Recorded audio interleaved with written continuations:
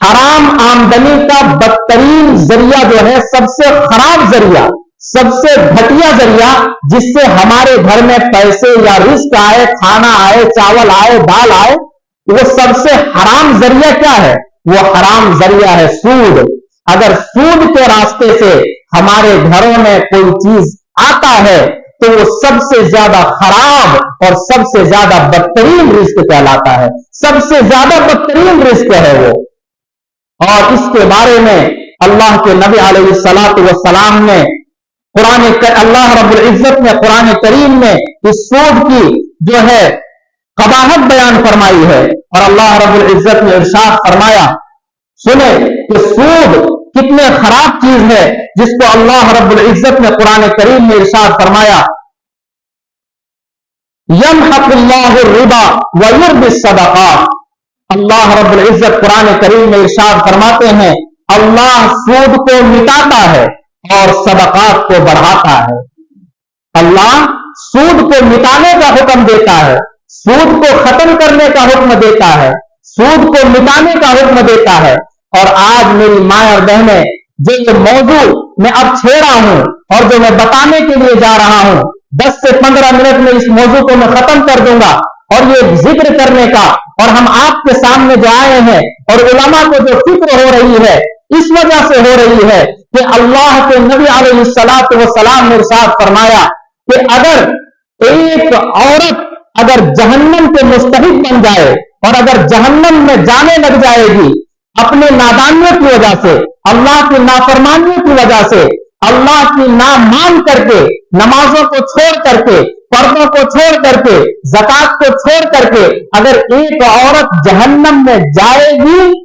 تو پھر اللہ کے نبی علیہ الصلوۃ والسلام ارشاد فرماتے ہیں کہ ایک عورت جہنم میں جائے گی تو اکیلے نہیں جائے گی، بلکہ 4 مردوں کو اپنے ساتھ لے کر کے جائے گی۔ یہ حدیث جب ہمارے کانوں تک پڑی ہے اور ہم نے دیکھا تو ہمیں فکر ہوئی کہ اگر ہماری ماں اور بہنوں کے پاس اگر دین کی بات نہیں پہنچی اور اگر وہ برائی کر کے اور اللہ کی نافرمانی کر کے اگر وہ جہنم کی مستحق ہو جاتی ہے تو ہم بھی نہیں بچیں گے۔ میری ماں اور بہنیں، آپ سے التجا کرتا ہوں کہ آپ اللہ کی فرما بردار بندی بن جائیے،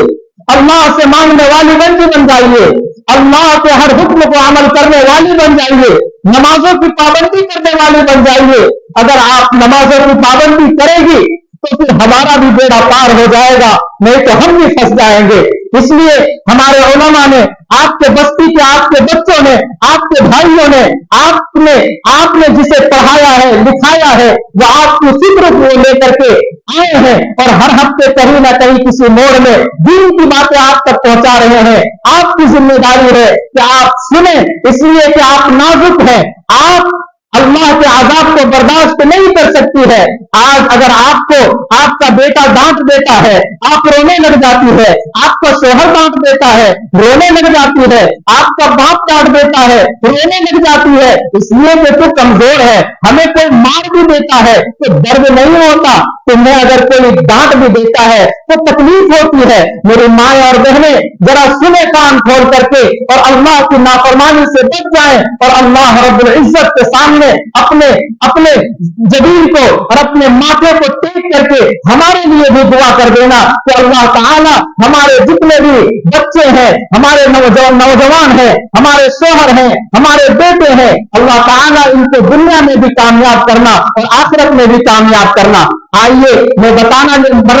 یہ چاہ رہا تھا اور میں یہ کہنا چاہ رہا ہوں کہ اللہ رب العزت نے حرام مال سے بچنے کا حکم دیا ہے۔ میری ماں اور بہنیں، اگر آپ چاہے گی تو پھر ہم حرام مال گھر میں لانے سے بچ سکتے ہیں۔ اگر مرد لوگ حرام مال گھر میں لانے کی اگر سوچتا ہے تو اس میں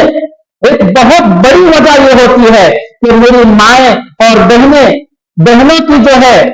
فرمائشیں اتنی ہوتی ہے کہ مرد کا جیب اس کا جواب نہیں دیتا ہے، پھر وہ حلال اور حرام میں تمیز نہیں کرتا ہے، وہ گھر میں لے کر کے آتا ہے اور ہمیں پلاتا ہے، حرام مال لاتا ہے یا حلال مال لاتا ہے، جو بھی لٹتا ہے